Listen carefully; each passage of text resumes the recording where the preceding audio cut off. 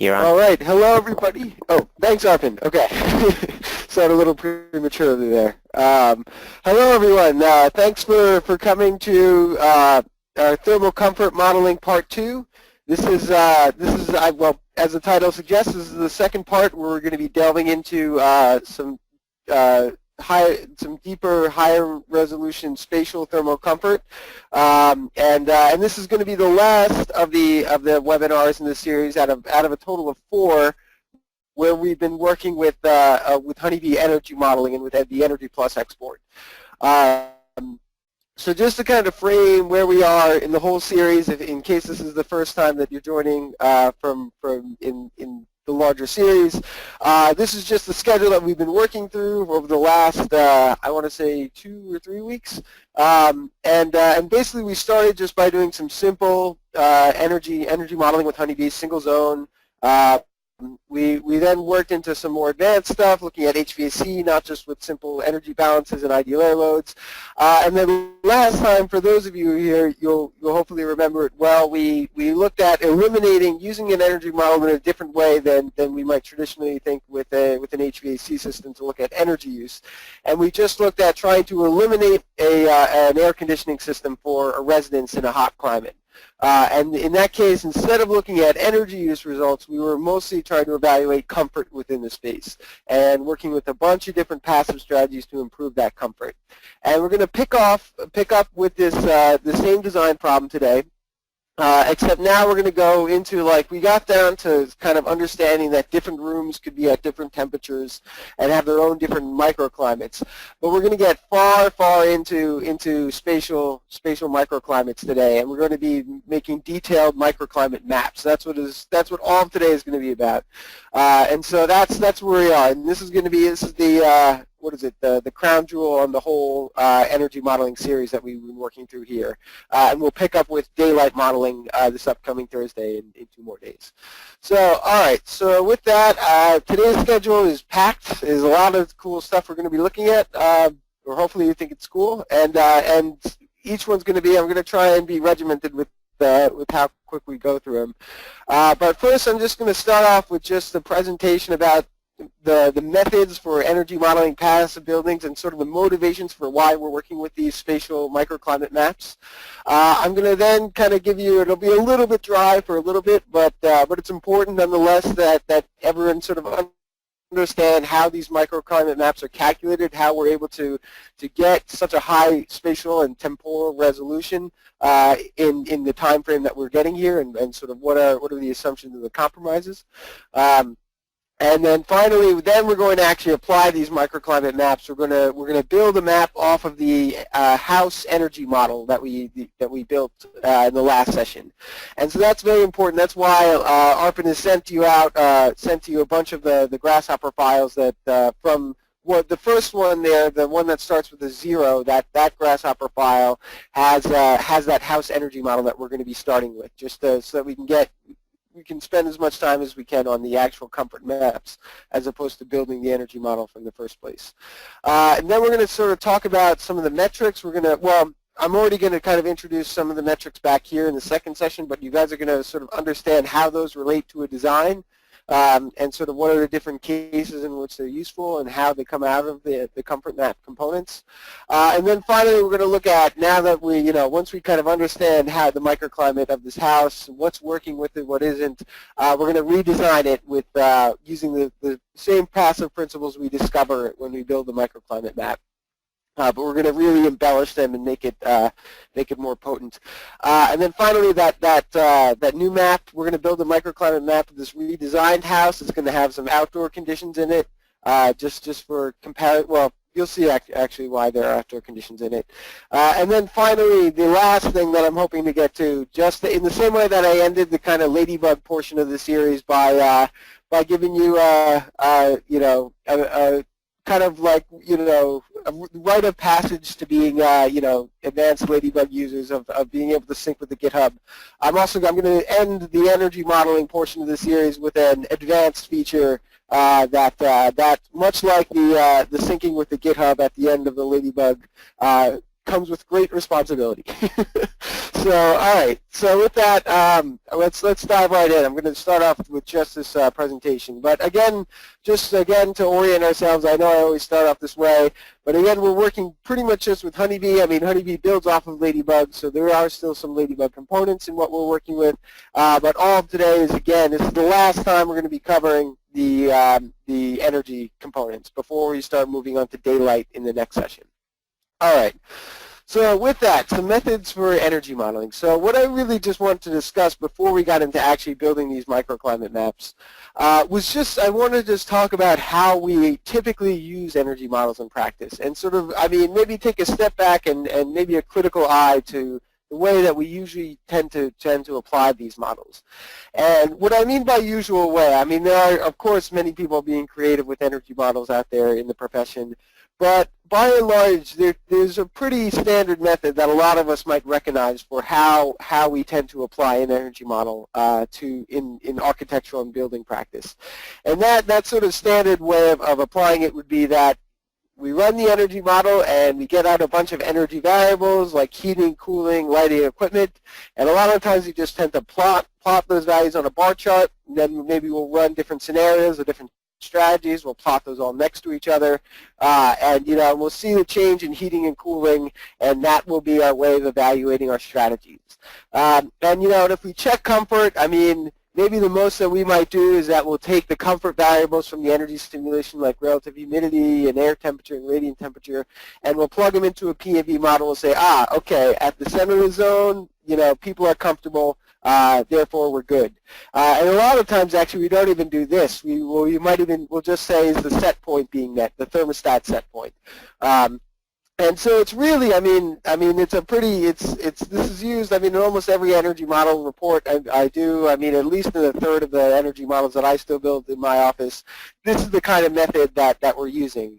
And just to really drive home what I mean by this kind of standard method, it's like this is an example of something that I would produce on a regular basis, where you plot the heating energy, the cooling energy, the electric lighting energy, the equipment, and and as you go through different options and different types of strategies, you see that heating and cooling go down, or you see some are better than others, and we rank them that way. And this is our way of kind of saying making design decisions, and exploring different options within the energy model. And this is it's a perfectly good method. I don't mean to say that it's there's no reason why we should stop doing this, but I just mean to say that there are some limitations of this, of working with energy models in this way, that we should be aware of, and at least question to some extent. And so to go through some criticisms of this kind of standard way of just plotting heating, cooling, and electric values on a chart. One kind of limitation of it that we might immediately recognize is that, its method, it does a very good job of showing what the energy use is, but it really doesn't help explain why exactly is the energy use this value. And sometimes we kind of know or infer it already just by virtue of the fact that we've always applied this strategy and we know that it reduces energy. But really it's very difficult to guide a design process without knowing why, or without having an intuition as to what is making the energy value what it is. And so what I mean by this is that maybe we can draw a distinction between this method that is simply plotting a bunch of values on a chart, and comparing them to each other, to, let's say, looking at something that we did in the first exercise where we looked at an energy balance and we could see, okay, this big heating term is mostly because of heat conducting through the opaque envelope or through the glazed envelope or something like that. Or we could say a lot of the cooling is the result not of solar but of people and other things, that we can start to understand, okay, this is why it is the way it is, this is maybe why a certain strategy would be helpful. And very similarly, like where we got to last time where we're plotting indoor microclimates over a house, we can begin to understand, okay, why is this space so comfortable in the middle of the house? Well, we can see it spatially because it's got this thermal mass all around all these interior surfaces that are joining it. It doesn't have too many windows. We can really start to, because we're seeing the visual on top of the energy model, we could really start to understand why why the energy model is the way it is and what we might do to improve that or make the design better. So that's maybe one limitation of just plotting results on the chart kind of like this and not actually delving into some of the deeper portions of the energy model or exploring some other things. And another reason that goes hand in this, another kind of criticism of this method that might go hand in hand is that this method, it tends to be very analytical as opposed to instrumental.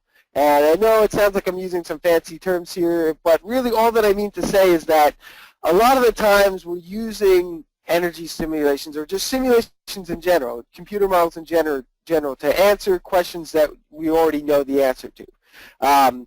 And in this sense, it's really, we're just using the energy model in an analytical sense. We're just using it to say, okay, this is exactly what the number is from the computer, even though we already knew that it was going to reduce our energy use or something of the like. And maybe the example of this that I'd cite is that I know, especially when I was first starting out running daylight simulations, I knew that I had good daylight in the space, and I was just running them to prove to other people, yes, I have good daylight in my space.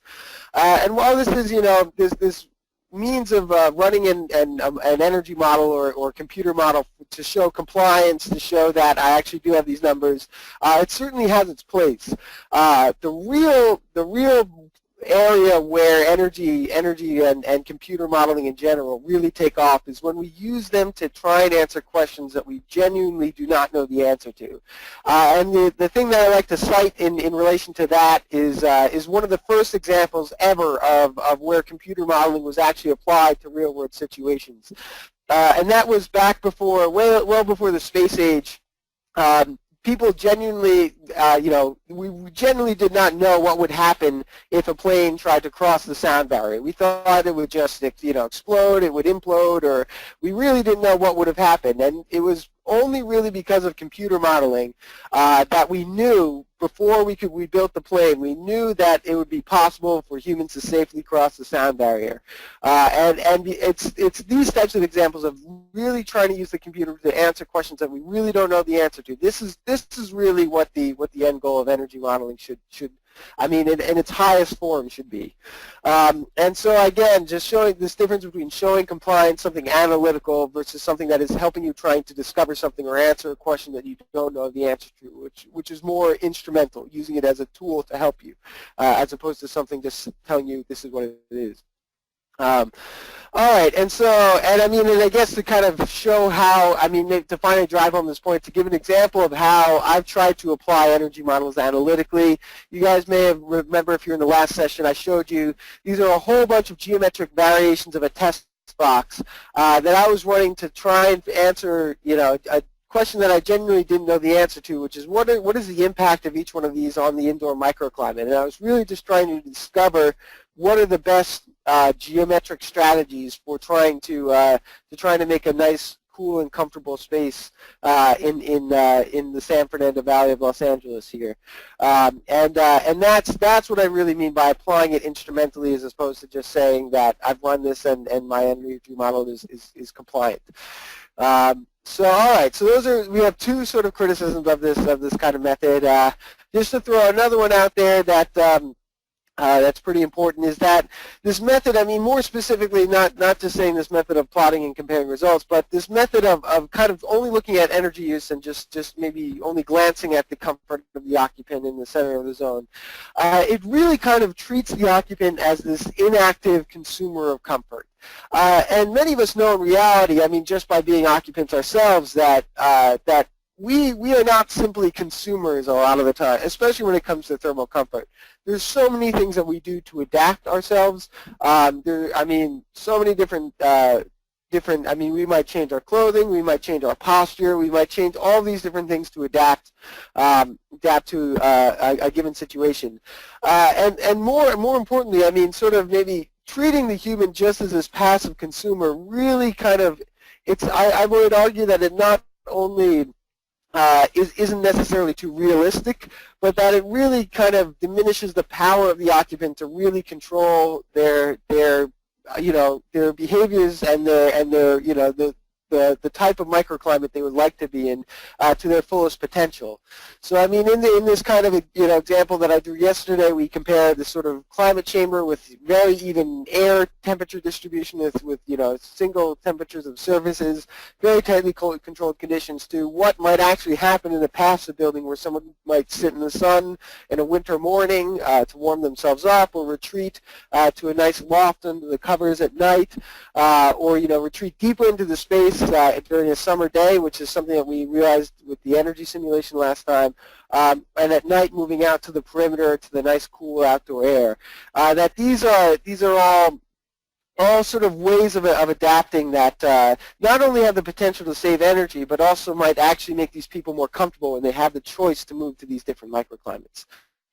All right, and just also, finally, this is again some stuff from last time, but this notion of treating the occupants as active participants, of people who gather around certain thermally desirable spaces, in the same way that things used to happen historically, or in the way that a family would gather on a hearth, or might all together gather in a sunroom or in a sauna, and we're kind of really destroying this this occupant participation when we conceive of our thermal environments as just one conditioned bubble of air to the next, from from the single house to the single conditioned car to the single office that's conditioned. We kind of lose this sense of participation and even sense of community that can be built around the thermal environment. And we might say the same thing for cool environments, but instead we have earthen temples built into the cliffside, or Islamic gardens, which is actually something we're going to be taking inspiration from today, as well as this the shaded swimming pool, both of which actually kind of work very well for Los Angeles' climate.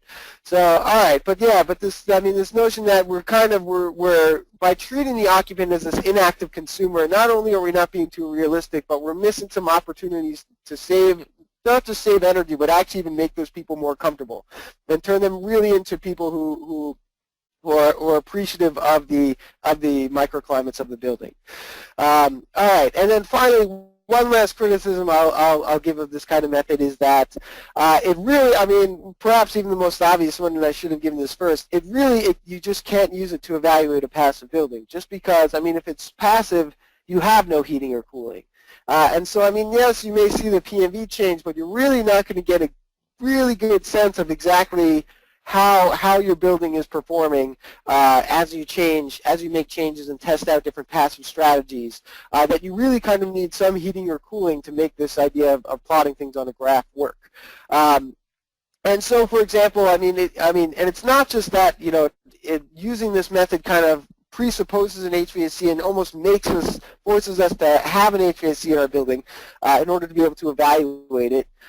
It's also, it kind of forces us into certain paradigms of how we lay out our buildings.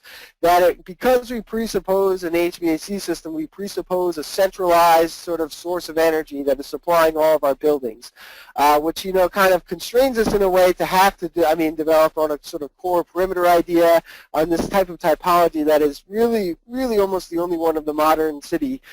Whereas if we didn't necessarily have to rely on a centralized energy source, there could be a much more fluid way of laying out spaces, such as that which we see in a lot of historical areas where you have different microclimates and people moving between those and moving between sort of communal spaces and then out to individual spaces.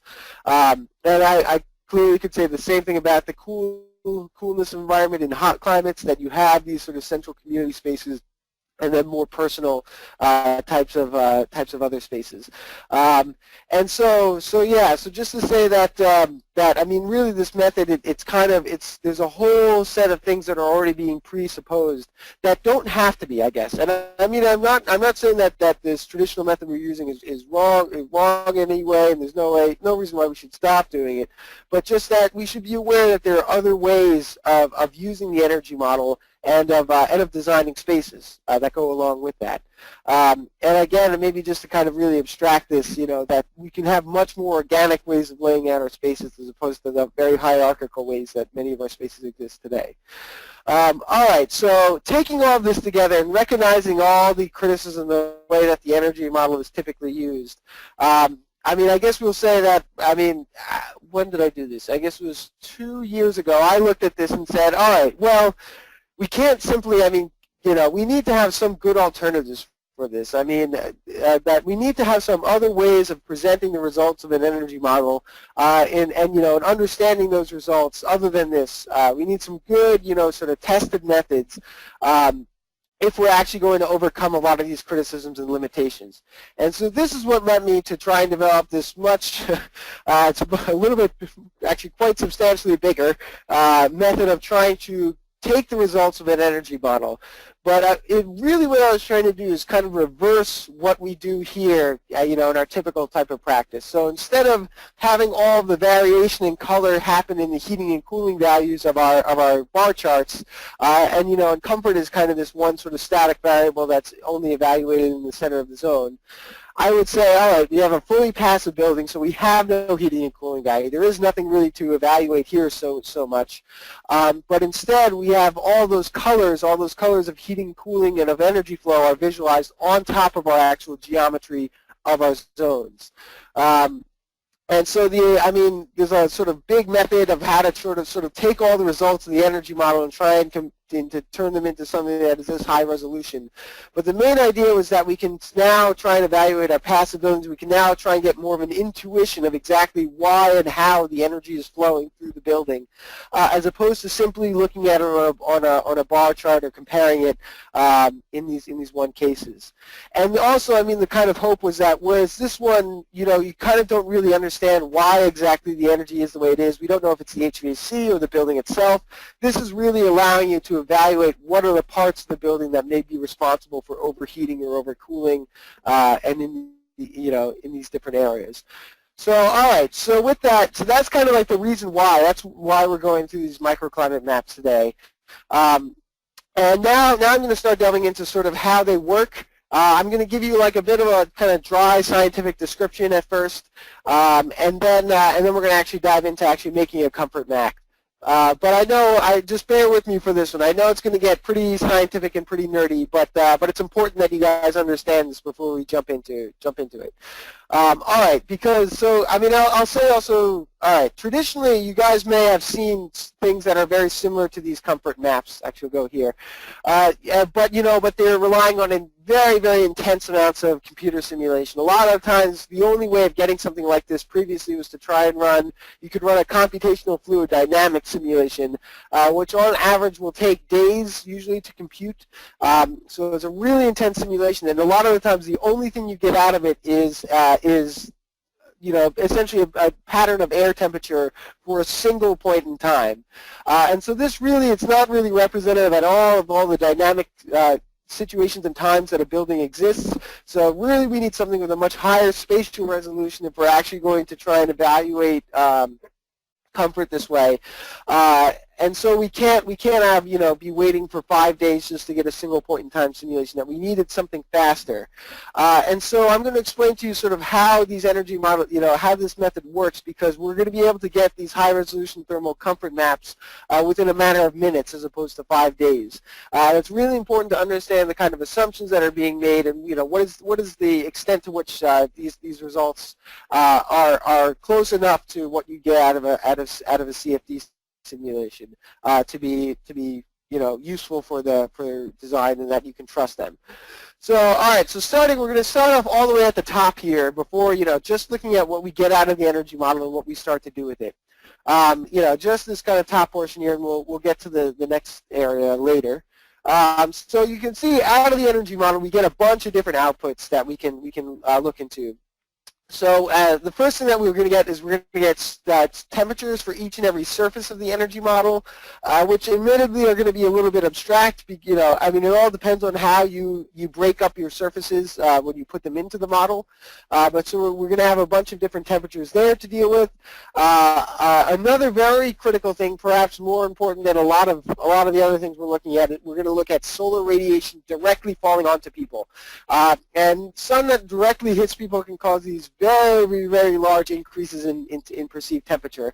And from that, we're going to be actually not even using so much so the results of the energy model as much as we are stuff that just comes in the weather file. So we're going to be using things like sun vectors, solar radiation, and window geometry. And these are all going to be used to estimate solar radiation that is falling directly onto people. As far as the other two things go, we also have to look, maybe I'll actually jump over to here first. We have to look at the average air temperature. And so this is probably the output from the energy model that we're most familiar with. If we're going to talk about comfort metrics we get out of the energy model. So, but that's usually only just a single point in the center of each zone. So that's not necessarily too much information on the air temperature. But it's a very important parameter, so we're going to take that into account. And then we're going to adjust that slightly to account for air temperature stratification, or the increase in temperature as you get closer and closer to the ceiling of a space, which happens largely just because warm air rises. And so the comfort maps that we're going to look at today take into account all four of these criteria, which I've kind of come to sort of see as this is the basic level, the very minimum of what you need to account for in one shape or form if you're going to build a high resolution comfort map. So all right, so now let's go through these a bit individually, starting with surface temperature here. Just to kind of explain to you what we do with these. And so you guys remember from previous energy modeling tutorials that we can color zones with the surface temperature like what you see here. But really now what we do in order to get a starting radiant temperature for each of the points in a microclimate map is that we're going to shoot out a bunch of different vectors in all different directions in a perfect sphere, basically, as evenly distributed as we can from each one of these points. And what we're going to do is we're going to calculate a view factor. Depending on the number of vectors that hit each surface, we're going to calculate the fraction of that whole spherical view that is seen by each of these surfaces. And then simply all that we do is we take the surface temperature of each of those surfaces and we multiply it by the view factor, and we add this up for every single surface of the model. And that's how we get a starting mean radiant temperature that accounts for the different surface temperatures of the model. So that's kind of how the comfort maps start, is that we build a base set of temperatures up from that, a base mean radiant temperature using this method, and the surface temperatures we get from the energy model. Next, and this is just to show you that you can set different resolutions, that there's no reason why you have to be wedded to this number of vectors, that if you have a lot of little small surfaces or you really need a really high accuracy map, you can always, there are functions built into Ladybug that will subdivide the sphere further and further so you can get more and more vectors to project in a higher resolution. So all right, so that's sort of a base MRT. That's how we get that mean radiant temperature. The next thing that we do is that once we have that basic MRT is that we then try and account for a mean radiant temperature delta, an extra increase in temperature that happens when you have occupants sitting directly in sun, or when they're able to see a sky that is illuminated with sun. And so in order to do this, we use at first it's a very simple equation, which basically just relates the solar energy that falls onto the occupant, so the amount of solar radiation or solar energy, to what is basically what's called an effective radiant field. And an effective radiant field is directly related to mean radiant temperature, and this is exactly how this is directly convertible into a mean radiant temperature delta that we then use to adjust our comfort maps. And what we have here, this is just the absorption in the long wave and absorption in short wave. So this is how we can relate the two to each other. And then traditionally what we'd have to do in order to be able to try and get a mean radiant temperature delta using this formula is that we'd actually run a radiation simulation of an occupant like what I showed previously. And then we plug that radiation into the E solar here, we get that effective radiant field, and then that directly gives us a mean radiant temperature delta. And so this is the traditional way of doing it, but what you'll find is that if you try and run an entire human geometry radiation study for every single hour of the year at every single point, you're going to be waiting as long as you were for that CFD simulation. You're going to be waiting like 5 days. So thankfully, the scientists over at the Center for the Built Environment, especially Edward Ahrens, Stefano Scavian, Tyler Hoyt, a number of these wonderful scientists over there, developed a much faster way of calculating these solar temperature deltas, that instead of having to do the whole geometric computation of the radiation of the human body, we can use a set of coefficients basically, and and a few sun vectors projected from a few points to estimate what that solar mean radiant temperature delta is. And this is becoming so useful across the industry. They really only just published their first journal article on this, the first official scientific journal article, I want to say last year, and it's becoming so critical to our workflows that it's probably going to end up in ASHRAE or a lot of the other published standards pretty soon, I want to say. Yeah, but so that's essentially what the comfort maps are doing in order to account for the solar adjusted temperature. And if you guys are really curious, is the actual full equation for how solar cal, that method, this simplified method, computes that. I'm not going to get too much into it because you guys basically understand the principle. And just so that you know, I've done some validation myself, just as the solar cal people do, the people over at the Center for the Built Environment.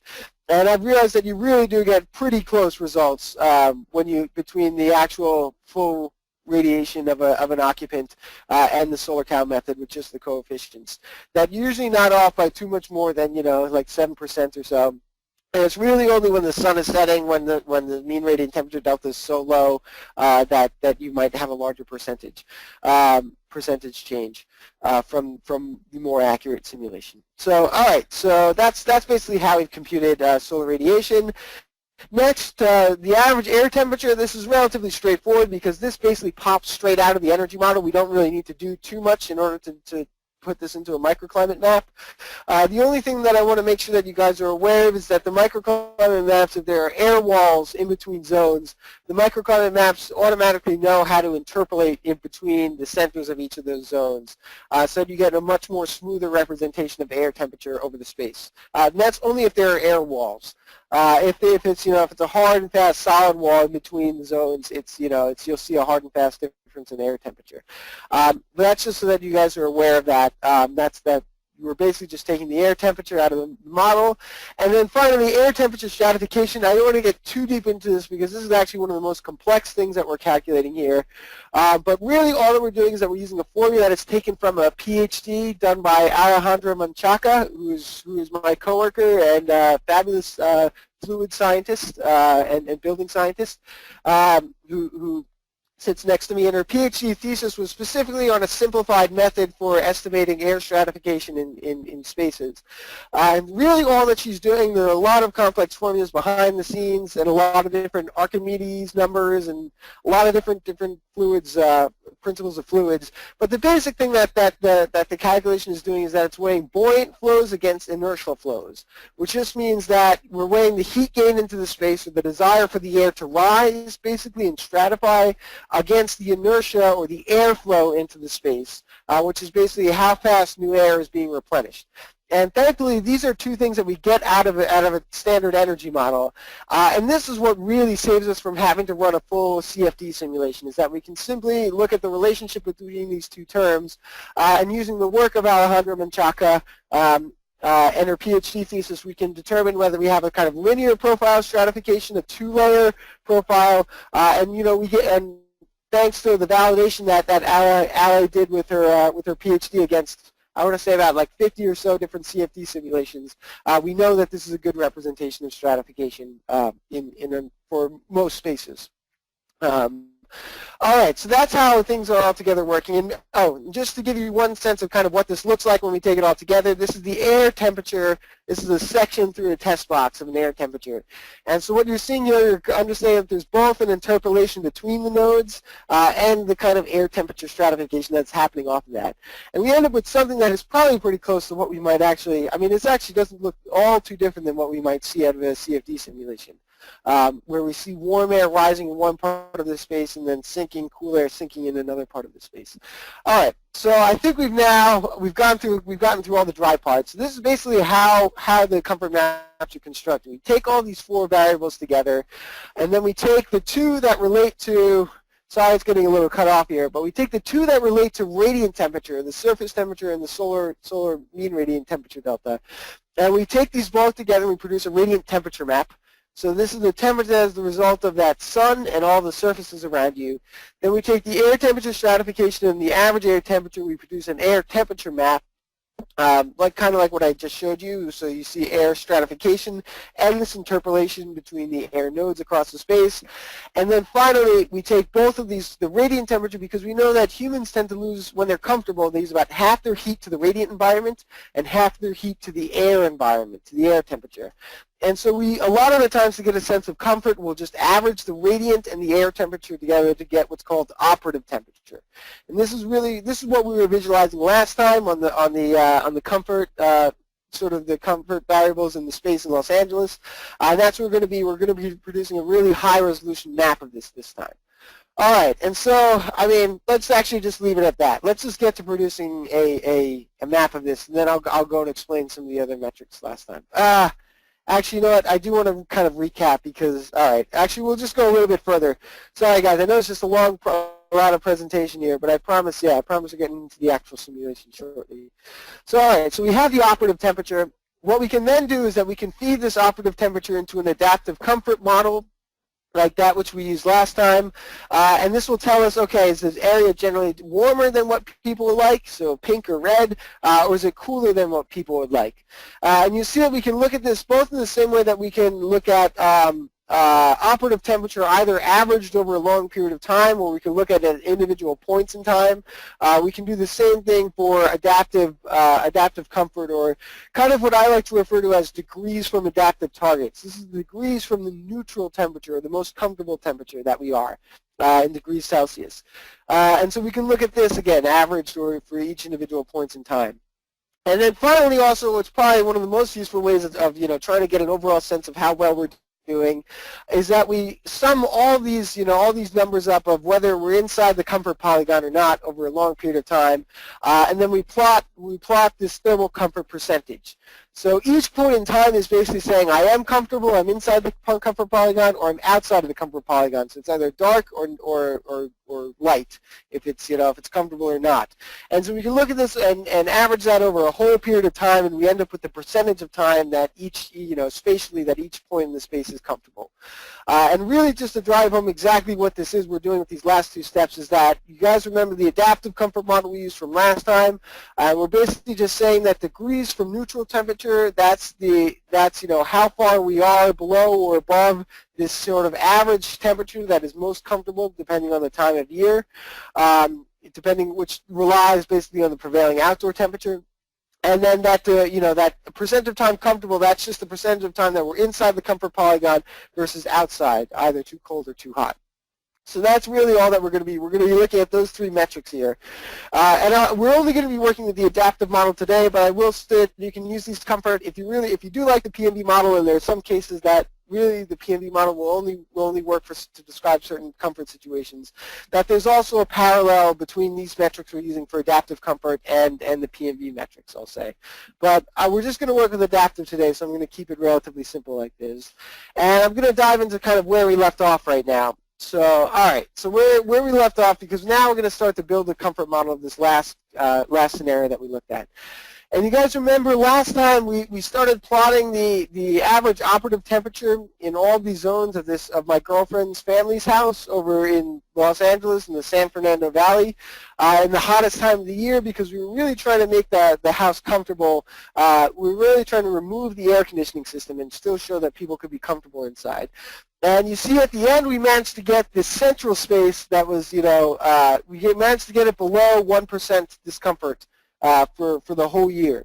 And so we kind of, I'd say we kind of succeeded in kind of hitting our goal there. But maybe we should try and take a step back and be a little bit critical of how we got to, how we were able to make this house comfortable in the face of what is, a climate where everyone basically already has air conditioning. And it's very difficult to try and remove it now. And so maybe let's look at, just to be critical of some of the things that we did. Well, actually, I'm sorry. I should first explain explain what exactly we found. So you guys already heard me saying that that we found that the central space was comfortable, because we have all this thermal mass of all these different surfaces. That was really helping to keep the space cool into the heat of the day. And that's why we managed to make it more comfortable than the others. And also the fact that it's central in the house, doesn't have too many windows, was also a very big help. And so we essentially discovered these same principles that we're going to find out again today in comfort maps, where you can separate out a sort of central zone from the windows, and you can create a much cooler microclimate into the heat of the day, which you guys remember me kind of showing you last time. Well, these are just some videos to show kind of all the different scenarios that I tested here with these test boxes.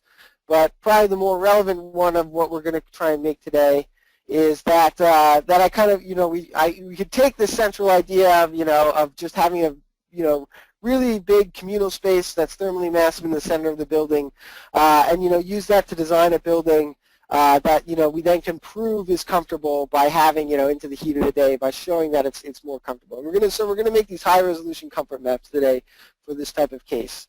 But really, just to start off, first being critical of what we did last time. So if you guys remember, how do we manage to remove the air conditioning system in the space? Well, first, you guys remember that we shaded like practically every single inch of the windows, to the point that we probably like killed all the daylight in the views. So this is probably one criticism, that we probably still want people to not use so much electric light.